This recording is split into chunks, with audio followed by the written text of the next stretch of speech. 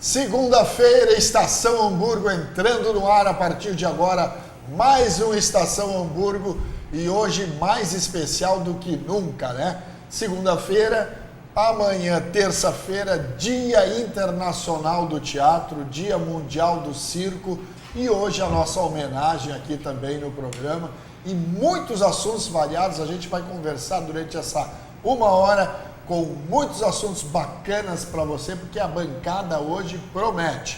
Carlos Fink, muito boa noite. Boa noite. Hoje realmente estamos aqui com uma diversidade uma muito grande. Né? Uma diversidade muito grande aqui no programa, que com certeza vai ser muito legal hoje, o nosso programa, com a presença de tão ilustres convidados. Com toda certeza, né? Benhur, grande Benhur, esse cara aqui é um artista, um dos artistas da nossa cidade, oriundos daqui. Tudo bem? Muito boa noite. Tudo bem, Fernando. É um prazer estar aqui porque o convite foi tão oportuno, né? E a gente precisa celebrar um dia que se visita a nossa arte e que se transformou no passar dos anos em algo tão evidente em todos os países, né? O circo, o teatro, né? Como a humanidade se comunica através dessas duas plataformas. Eu até diria não boa noite, eu até diria uma hemorragia de satisfação. Né? Vem de dentro, né? Vem de dentro. Muito bem. Luciano Crefo, tudo bem? Tudo bem, Luiz Fernando. O filho do pai Marcos. Eu já tô quebrando esse paradigma, porque agora eu já tô me tornando o Luciano, vice-prefeito de Estância Velha. Eu já tô conseguindo já ter identidade própria, já, Fernando. Já tô conseguindo ter minha identidade própria. Eu tenho uma história para contar do Luciano depois que eu vou falar para vocês. É muito bom. A caixinha aqui em cima. A caixinha. Que caixinha? Qual a caixinha? Do microfone. Ah, sim, botar aqui em cima da mesa. Ah, tá. Bota no andar de cima. Tu quer que eu ligue ele também? Preciso ligar ele agora? Vai lá. Muito bom. Dejair Krumenão, muito boa noite. Tudo bem contigo? Tudo bem. Boa noite, Fernando. Boa noite aos colegas da bancada. Boa noite aos telespectadores. É mais uma noite de satisfação em poder estar aqui no teu programa, né? Segunda-feira é contigo. Que isso, teu programa, nada. Mas está tudo tranquilo. Estamos na expectativa de amanhã, então o dia né, dessas duas artes que nós gostamos muito, que é o teatro e o circo. Né? Nós temos uma mesa hoje extremamente interessante e diversificada, como o Fink falou. Né? Nós temos um ex-secretário de Cultura da cidade de Novo Hamburgo, nós temos dois artistas, um de circo e um de teatro, nós temos um vice-prefeito da cidade, também político, junto com o Fink. Dejair, que nunca foi um político, mas foi um diretor de cultura da nossa cidade. Nunca fosse político, né, Deja? Eu fui suplente da Câmara de Vereadores. Tu foi suplente da Câmara? Fui suplente do PDT em 1970 e alguma coisa. Nós tínhamos dois vereadores no PDT e eu passei os 4 anos do mandato e nunca assumi, nem um minuto. Eles não viajavam porque não tinha diária naquela época, né? Aí, não tinha diária. Não, aí ninguém viajava. Então eu passei 4 anos suplente sem assumir. Mas o Deja tem muita história para contar pra gente também. Quero começar com o Luciano, afinal de contas, o vice-prefeito tem uma certa... há uma hierarquia também na nossa mesa, né? Então vamos conversar um pouco. Primeiro pergunta, desculpa, Luciano, porque eu quero que ele explique como é que ele parou lá em Estância Velha, né? Porque ele é daqui, nasceu aqui, né? Eu vi que o nosso patrocinador da água é a Comusa. E se eu te disser para os senhores aqui presentes que nós fomos parar em Estância Velha graças à Corsã, porque a Corsã desapropriou a nossa propriedade na Vila Crefo, onde desde 1970, década de 70, meu falecido avô, juntamente com seus irmãos, lutavam na justiça contra a desapropriação das nossas terras, que eram perto de 40 hectares de terra na Vila Crefo, onde a Corsã, na década de 70, entrou com uma ação de desapropriação das terras. Para fazer ali, Fernando, e senhores aqui, meus colegas da mesa, para fazer um centro de tratamento coacal da cidade de Novo Hamburgo. Um grande centro de tratamento, onde ali, na década de 70, a Corsã tinha esse grande sonho de fazer, então, um tratamento, e as nossas terras iam até o Rio dos Sinos, e depois ali fazer o tratamento, seguir as águas para o fluxo do rio.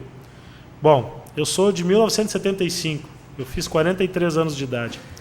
Até hoje não fizeram nada mesmo ali em Novo Hamburgo, aqui na Vila Creflo, nas nossas antigas terras, e virou hoje ali um residencial, área invadida, depois fizeram o dique, e hoje tem ali áreas habitacionais, e em 1985 a Corsã deu um ultimato, nós perdemos então a última ação, e perdemos de uma maneira positiva, pois o meu avô e seus familiares na época estavam lutando com o direito de um preço justo pela indenização.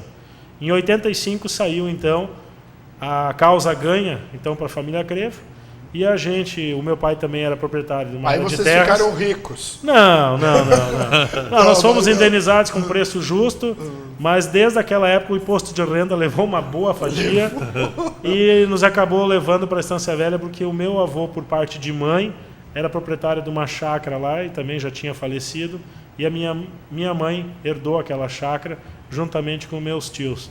Então chegou-se a decisão de que nós iríamos sair de uma propriedade rural aqui, em Novo Hamburgo, e fomos habitar numa propriedade rural, numa chácara em Estância Velha, e lá já estamos há 32 anos, morando lá há 32 anos, e hoje, Fernando, eu sou sincero, não me vejo fora de Estância Velha. Já tentei, morei aqui depois, na minha época de adolescente, vim morar em Novo Hamburgo a trabalho, mais perto do meu trabalho, mas retornava sempre finais de semana para a chácara, para o lazer, junto da família. E hoje eu não me vejo longe de Estância Velha, a começar pela qualidade de vida que nós temos lá, pela tranquilidade, e minhas filhas que nasceram e se criaram lá. Não me imagino longe hoje de Estância Velha. Mas tenho um grande carinho e apreço, em especial pela Vila Creflo, onde nasci e me criei, né? Onde aprendi a dar meus primeiros passos, onde caí muito tombo de bicicleta, onde aprendi a correr bicicross, a jogar futebol. Tenho bons amigos na Vila Creflo, no bairro Santo Afonso, onde fui batizado na Igreja Sagrado Coração de Jesus, também minha primeira comunhão. Eu também. Na Igreja Sagrado Coração de Jesus. O Deja também é ali do bairro. Tem muitos bons amigos aqui. Hoje eu reencontrei aqui também meu ex-colega escoteiro Alexandre, que é aqui da Vale TV, e nós éramos escoteiros do Grêmio Atiradores Novo Hamburgo. Então eu passei a minha infância toda, como tu bem falaste, o pai é muito conhecido na cidade e nos arredores por causa do esporte. E também por causa da cultura. Quem não se lembra, o meu pai foi diretor de educação na época do prefeito Paulo Arthur Ritzel, e o secretário de educação era o professor saudoso Werner Sarler, do qual eu tive o prazer enorme de conviver diretamente com o Sarler, praticamente dia e noite, porque o Sarler era um belga, naturalizado aqui, brasileiro e hamburguense, e ele não sabia fazer churrasco. E nas jantas e nas comemorações na sua casa, eu era convocado para ser o assador oficial do professor Salé, onde eu tive a grata e imensa alegria de conviver muito proximamente com o professor Salé, que nos deixa um grande legado, principalmente nessa área da cultura, do lazer e da educação. O cara que fala de história, principalmente na nossa bancada aqui, é o Fink. O Fink sabe tudo. Quando tu falaste em Vila Creflo, eu disse Vila Creflo. Para aí, onde é que fica? É ali perto do Parque Floresta Imperial? Onde é exatamente. Né? Agora o Fink vai poder... Fink, onde é a Vila Creflo? Fica inserida no bairro Santo Afonso. Santo Afonso. Fica aos fundos da igreja... Sagrado Coração de Jesus. Sagrado Coração de Jesus. Por isso, então. E uma boa referência é ao lado da empresa Jassotti, do ex-prefeito Ayrton Santos. Que as terras eram do meu avô, Fink. Inclusive aquelas áreas estavam juntas. Né? Exatamente. E, infelizmente, esse projeto que o Luciano falou que a Corsã tinha para Novo Hamburgo era um belo projeto. né, de fazer o tratamento do esgoto cloacal naquele espaço, naquela área de terra lá, do teu avô, né, Luciano? E, inclusive, tinha depositado ali toda a canalização para todo Novo Hamburgo. Estava depositado ali naquela área todos os canos para servir de meio de levar o esgoto cloacal da cidade até naquele espaço e fazer o tratamento. Infelizmente, aqueles canos foram desviados para vários municípios, e aqui em Novo Hamburgo também foi utilizado para várias outras atividades, outras obras da prefeitura, e não para a canalização do esgoto local, que ainda nós não temos na cidade de Novo Hamburgo. É bem lembrado pelo Fink, Fernando, porque meu avô ficou como fiel depositário daqueles canos. Exatamente. Era montanhas de cano. Eu ralei algum joelho, porque eram canos de 1,5 metro de diâmetro e de circunferência. Então vocês imaginam uma criança na época, sei lá, 1 metro, 1,20 m, nós entrávamos dentro, fazíamos cabanas no 3º andar, empilhados 3 andares de cano. Algum joelho, fim, que eu ralei ali. E aqueles canos vieram de Curitiba. Eles vieram de Curitiba para cá, e cada caminhão trazia 3 canos, para ver o tamanho dos canos que eram. Exatamente. Né? E no meio do concreto do cano, ele tinha uma camada de plástico. Porque quando tu usa para fazer o tratamento de esgoto, o cimento, a urina corrói. Vai se corroer. E ali então tinha uma camada de plástico dentro, no meio do cano, para que parasse ali a corrosão do cano. Então, Será que esses canos vieram sem propina? eu acredito que naquela época sim, já tinha. Naquela época não se falava nisso, né? Eu tinha 10 anos, eu não me lembro disso, mas eu me lembro muito bem quando o meu avô tinha uma certa preocupação e agora eu não vou mais ficar aqui. Eu vou fazer a contabilidade desses canos e vou passar adiante para a Corsã, porque eu estou indo embora. Se sumir algum cano daqui, não é mais problema meu. Aquilo levaram para Taquara, levaram para várias prefeituras aqui da região, levaram aqueles canos. E a prefeitura de Novo Hamburgo também usou para fazer canalização em alguns arroios aí. Inclusive Fink e demais colegas de bancada, a gente está vendo aqui que a Comusa tem um grave problema a prefeitura de Novo Hamburgo, juntamente com a Comusa, de indenização dessa empresa, da Corsã. E aquela área de terras faz parte dessa indenização. Sim. Porque essa empresa indenizou a família Crefo na época, na década de 85, no ano de 85. O vô e seus familiares ganharam a ação e o preço justo, então, e passou a posse de propriedade para a Corsã. Essa área lá está em nome da Corsã.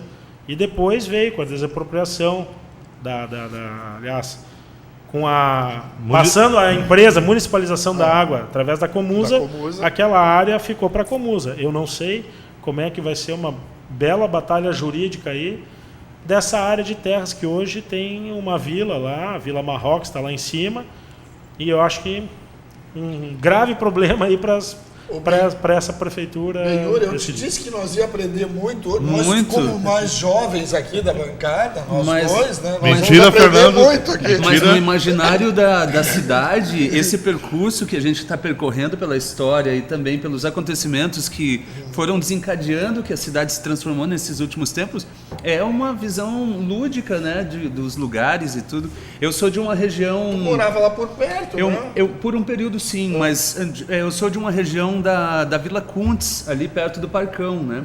Ali ligado já com o Hamburgo Velho e tal, né? Estudei no Antônio Vieira e tudo.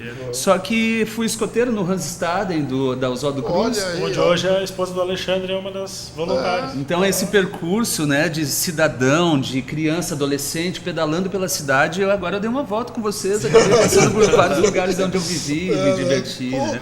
O Fernando aproveita e se coloca como jovem, mas ele é 3 meses mais velho que eu. Para com isso, né? Amanhã é um dia muito importante para nós, os artistas da cidade de Novo Hamburgo, principalmente, todos os artistas, mas nós vamos comemorar amanhã, 19h30, lá na Paranoia Produções, 25 de julho, 12h15, o Dia Mundial do Teatro, o Dia Internacional do Teatro e Dia Mundial do Circo. E hoje o nosso convite, então, para que a gente também consiga construir e conversar um pouquinho sobre isso. Benhur, tu és uma pessoa que viajou bastante, aprendeu muito sobre o circo. O que tu tem para falar um pouco do circo? Que é isso? Que arte é essa? É uma pergunta que eu faço para todos os amigos que eu encontro, os novos amigos aqui da bancada. O que para vocês é circo? Uma pergunta prática, assim, para a gente ter. O que vem na cabeça quando pensa em circo? Alegria. Na minha cabeça vem alegria. Uma sensação mais sensação do que física, né? Claro. Veja. Sim, de alegria. A alegria. A sensação descreve o circo. Isso. E já que eu tô do lado de um palhaço, eu vou dizer para mim, alegria e palhaçada. Ó, E palhaço, Circo tem que ter palhaço. já é um subgênero ali, né? O veículo, né? Dentro ali. Enfim, Para mim é uma arte lúdica. a arte, né? A arte de cada um, cada pessoa que está dentro de um circo, ele tem a sua arte. Né? É o domador, é o tratador, é o montador do circo, é o cara que desmonta o circo, é o cara que se apresenta no globo, naquele globo da morte. Cada um, o palhaço, enfim, eu acho que não dá para resumir numa palavra só, porque são tantas ações debaixo de uma lona. Eu adoro lona, né? Todos os eventos que nós fazíamos aqui quando eu era da cultura, eu gostava de que tivesse uma lona sempre junto. É uma visão mais prática e estética até sobre a lona, né? Fernando, o que tu toda pensa? certeza. O que tu pensa sobre o circo? Para mim também é uma arte muito chão, muito não sei como te dizer, mas é uma alegria, é palhaçada, é tudo isso que o filho falou. Eu perguntei isso justamente para instigar, né? O circo em duas vertentes, assim, pegar o circo tradicional brasileiro do palhaço Biribinha lá das Alagoas. Sim. Ele foi homenageado em vida como um patrimônio cultural do Estado. Ele é uma pessoa que até hoje atua na rua, nos picadeiros e tal. O Biribinha disse o seguinte, perguntaram para ele o que o pai dele fez quando a TV surgiu no Brasil. Que o pai dele era dono de circo, então como é que né, nas plataformas ali multimídia apareceu uma outra mídia para concorrer com o espetáculo, né? Sim. Ele disse o seguinte, meu pai botou a TV no meio do picadeiro. Porque as pessoas que não tinham a televisão, iam assistir e no final, digamos, do programa mais convocado do dia, botava o espetáculo do circo. Então o circo sobreviveu a isso.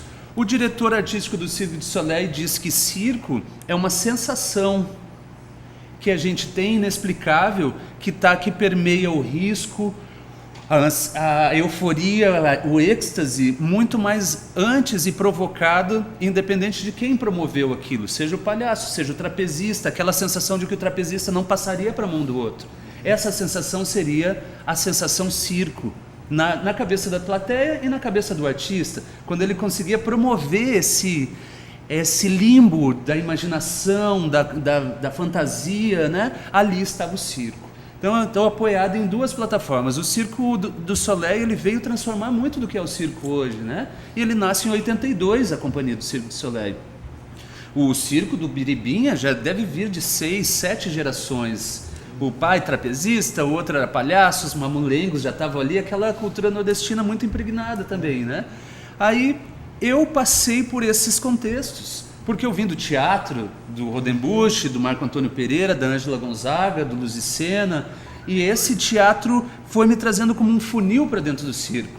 Porque eu, na época, jogava capoeira, jogava futebol, tinha um preparo físico onde eu podia ser acrobático dentro do teatro. A Ângela Gonzaga disse, Benhur, vai estudar circo. E eu fui, e cá estamos nós, né? Eu passei por 14 países estudando circo. Saí por Buenos Aires depois de uma feira do livro que nós fizemos em 2003. Maravilhosa, né? Que foi maravilhosa, no Calçadão, foi integrada, a cidade abraçou aquela feira do livro. E eu ali com a oficina de circo, já brincando com as bolinhas, com a acrobacia, com os malabares. E de lá para cá eu fui investigando, porque o elo entre o circo tradicional havia sido rompido, Fernando.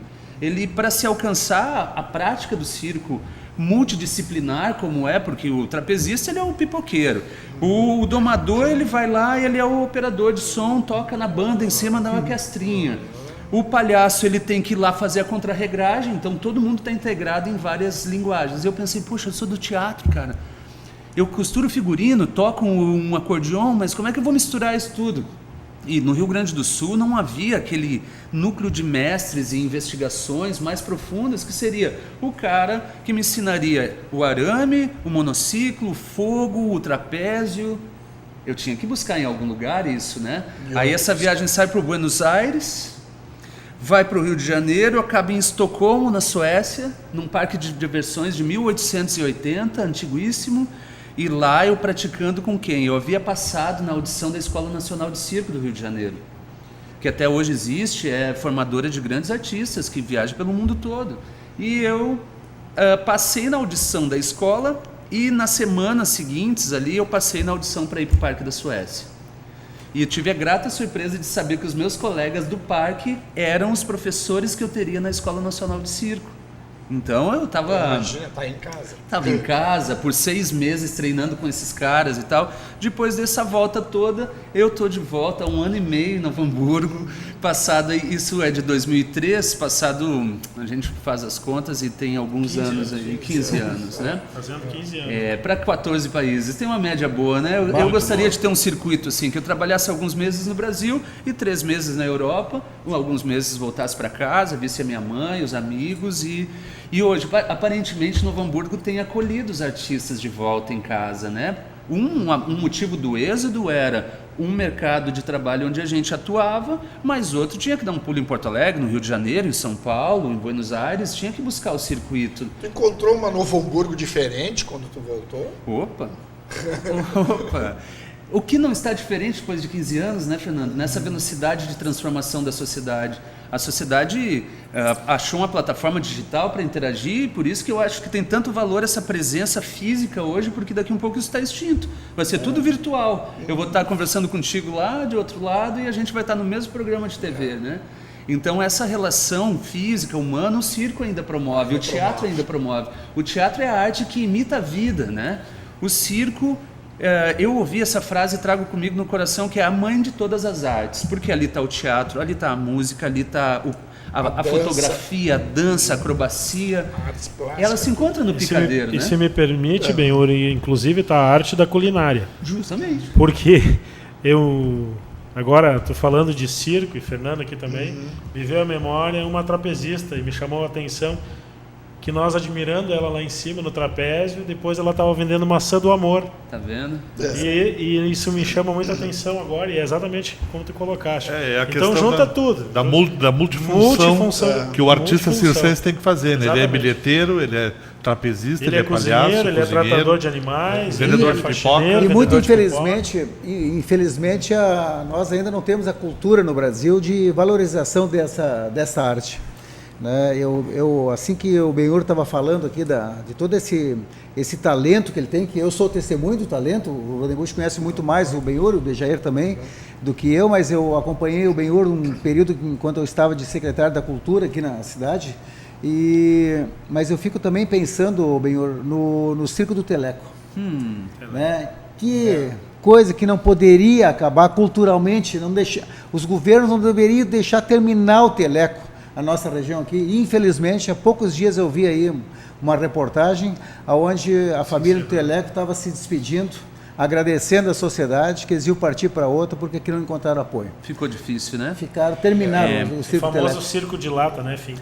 Circo de lata. Muito fui olhar Dentro daquele Teteco e seus palhaços, Teteco Show. Então isso não podia terminar. Então eu vejo a dificuldade que tem. Eu agora não era nem secretário da pasta, mas fui procurado por um representante de um circo que veio para Novo Hamburgo e não estava encontrando espaço para colocar o circo.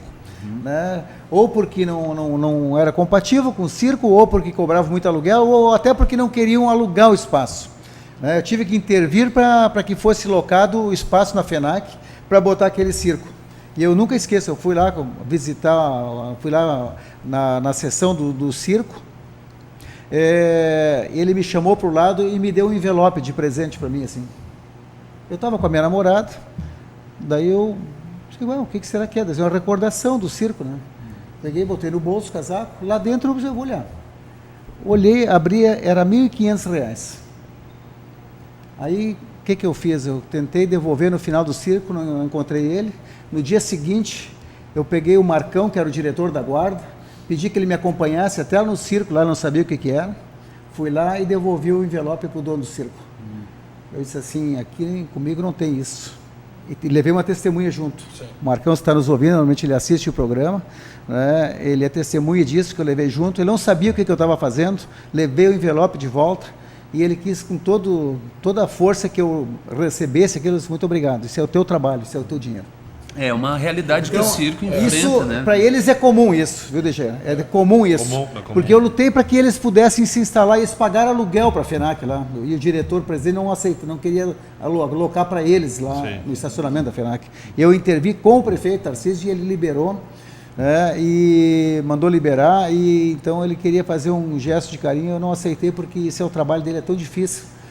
Não tenho porquê, é meu trabalho isso também, eu nunca aceitei um centavo de ninguém, por isso que eu posso falar aqui. Às vezes quando falo que todo político é corrupto, eu pergunto para as pessoas, já te ofereceram 200 mil reais? Para mim já ofereceram. E já me ofereceram muito mais do que 200 mil reais e até já me deram dinheiro, isso é apenas um caso que eu estou contando, e eu sempre faço questão de devolver. Meu trabalho é outro. O circo ele enfrenta hoje, Fernando, enfim, uma realidade que a sociedade como toda está oferecendo, digamos, para o artista de rua, né? Para as pessoas que talvez vivam numa alternativa, digamos, eu quero deixar o carro em casa e vou pedalar. A realidade da bicicleta, por exemplo, ela poderia ser um instrumento de revolução da sociedade, a bicicleta, porque ela pode conviver mais com a família, integrar ela um pouco mais com a cidade, o sujeito anda um pouco mais com o pensamento e o corpo oxigenado, até uma analogia com a arte, né? Se ele vai no teatro uma vez por semana, ele oxigena a vida com o filho, com a esposa e tal. Mas o circo, especialmente, ele encara uma lei nacional de 96 que quis, de algum modo, adaptá-lo a uma estrutura, como nós falamos, especialmente a lei tange um ambiente de atuação dele, de, digamos, tantas estacas por tantos metros, daqui um pouco aquela lei parou, é de 96. Vamos debater essa lei. Estadual, falando num ambiente mais regional, o Estado, do deputado Mick Breyer, desenvolveu uma lei a respeito do animal no circo, no Estado. Hoje, sequer um circo de grande porte consegue cruzar para Montevidéu ou para Buenos Aires pelas estradas do Rio Grande do Sul se ele tiver na carga dele animais. Então a lei coíbe inclusive cruzar Bom, aí foi essa transformação toda que talvez o circo de hoje na lona sofra tanto a ponto de dizer, ufa, temos um pátio. E talvez nem percorresse na cabeça dele assim, eu vou legitimar algo que seja corruptivo através de uma propina, digamos assim, que seja um presente, eu vou te dar aqui um modo de satisfazer todos os ambientes. Não, ele hoje, no Nordeste, por exemplo, ele não alcança sequer a periferia da cidade. O circo tem um grupo de circo que não consegue, nem a periferia ele alcança. Ele faz na primeira fila a luz de ribalta com lata de leitinho, Fernando. Poxa, ainda? Ainda. Então a Funarte desenvolveu uma pesquisa que foi mapear esses circos de pequeno porte, e talvez aqui na nossa região nós encontraríamos o Teleco nesse ambiente, com dificuldades financeiras e aporte e tudo mais, mas eu vou contar uma experiência do Teleco. O Teleco parava na frente da casa da minha mãe, quando eu era criança. O Teleco é o próprio convite para que eu entrasse nessa arte. O Teleco vinha, assim como o Vostok, o Orlando Orfei, os circos que cruzavam a cidade, mas não, os de pequeno porte cruzavam a Vila Kundes e paravam num terreno baldio, que até, 10 anos de idade não tinha vizinhos naquele campo, e ele botava, porque ali era uma vila de trabalhadores. Claro. Né? Eu acabei indo para o teatro através do Gira Gira, que é o antecessor Teatro Gira Gira. do Teleco. Nossa. Você é do teu tempo, Deja? É do meu tempo. Desde eu tinha 5 para 6 anos quando foi pro Mas mais ou menos. A minha mãe... eu acho que eu tinha 10 anos aí que eu fui conhecer o Gira Gira Então, antes. Gira anterior? E eu gostava tanto daquilo que eles mostravam, já mostravam no teatro, né? Que a minha mãe me levou. Nós éramos pobres, morávamos éramos e somos na Santo Afonso, e não tinha dinheiro para pagar o ingresso todos os dias. E eu sempre fui grande, né? E a mãe contava isso a vida inteira, né? Que um dia ela chega na bilheteria comigo, assim, arrastando as pernas no chão, no colo, para não precisar pagar o ingresso. Aí o bilheteiro disse para ela, a senhora pode largar o menino, eu não vou cobrar o ingresso. Sensacional. De tanto que a gente ia, eu queria ir todas as noites, né? E foi a partir dali, eu devo ao Gira Gira e ao Teleco esse gosto que eu tenho pelo teatro. Mas o Teleco foi alugado pelo um candidato na época, candidato a vice-prefeito, o Caneco. seu Urbano Arnec, Arnec, ele alugava, ele comprava o show Eu comprava na sessão e distribuía os ingressos. e distribuía ingressos. Mas Legal. a política entrando no... Daí o Teleco apresentava ele lá, agradecia. Eu preciso fazer um rápido intervalo e a gente já volta com mais histórias aqui de circo, teatro. Muito legal. Estância Velha tem ciclovia? Ainda não. Ainda não? Ainda não. Tá aí uma ideia, ó. Tá Está no nascendo nosso uma plano ideia. de governo. Falou em bicicleta. Já pedalei aí. por lá, inclusive, É. saindo cruzando a cidade, né? É Aí, incrível, bonito a gente demais. já volta em seguidinha com mais Estação Hamburgo. Não saia daí.